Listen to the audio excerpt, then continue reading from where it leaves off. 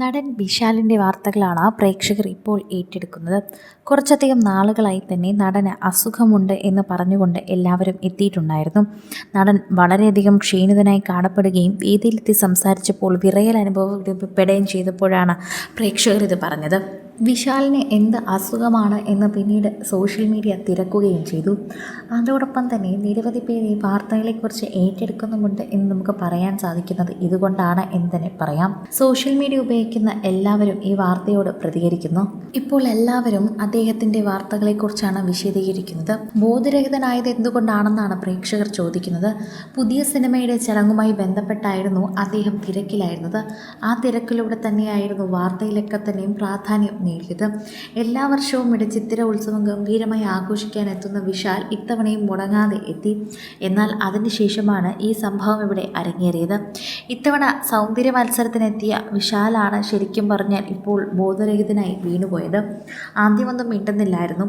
ശരിക്കും പറഞ്ഞാൽ ബോധരഹിതനായതിനു ശേഷം വെള്ളമൊഴിച്ചിട്ട് പോലും വിശാൽ തിരിച്ചു വന്നില്ലായിരുന്നു. ഉടൻ സമീപത്തുണ്ടായിരുന്നവർ താരത്തെ താങ്ങി ആശുപത്രിയിൽ എത്തിക്കുകയായിരുന്നു. മുൻ DMK മന്ത്രി പൊന്മുടി വാഹനത്തിലാണ് വിശാലിനെ ആശുപത്രിയിൽ എത്തിച്ചത്.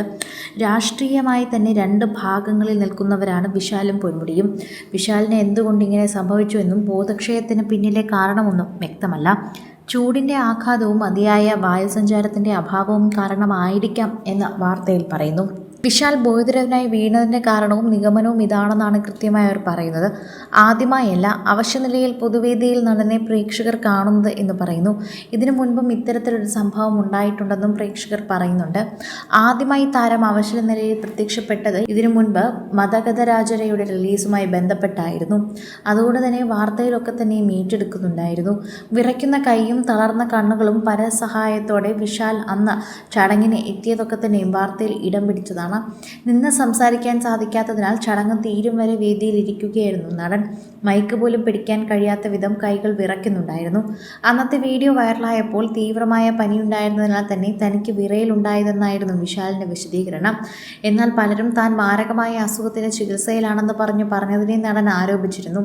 വേദിയിൽ ബോധരഹിതനായി വീണുവെന്ന വാർത്ത പുറത്തു വന്നതോടെ അന്ന് ശരീരം വിറച്ചു പനി കൊണ്ടാണെന്ന് നടൻ പറഞ്ഞത് നുണയോ എന്നുള്ള സംശയമൊക്കെ പ്രേക്ഷകർക്കുണ്ടായിരുന്നു.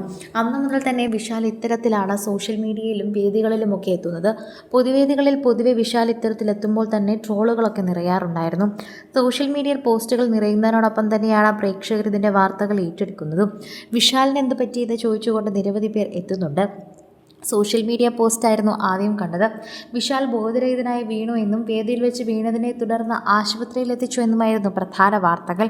അത് കഴിഞ്ഞ് നടന് എന്ത് സംഭവിച്ചു എന്നായിരുന്നു പിന്നീടുള്ള ചോദ്യം. അതിനുള്ള ഉത്തരമൊന്നും ഇതുവരെ എവിടെയും ലഭിച്ചിട്ടില്ല, ആരും കണ്ടിട്ടുമില്ല. സോഷ്യൽ മീഡിയയിൽ തന്നെ നിരവധി പേർ ഇതിൻ്റെ വാർത്തകൾ ഏറ്റെടുക്കുന്നുമുണ്ടായിരുന്നു. ആരാധകരൊക്കെ തന്നെയും ഇതിൻ്റെ വാർത്തകളെക്കുറിച്ച് പങ്കുവയ്ക്കുകയും ഏറ്റെടുക്കുകയും ചെയ്യുന്നത് ആദ്യമായിട്ടല്ല. കൂടുതൽ സിനിമ, സീരിയൽ, ചാനൽ വാർത്തകൾക്കും നിങ്ങളുടെ പ്രിയപ്പെട്ട താരങ്ങളുടെ എക്സ്ക്ലൂസീവ് അഭിമുഖങ്ങൾക്കുമായി സബ്സ്ക്രൈബ് ചെയ്യാൻ മറക്കല്ലേ.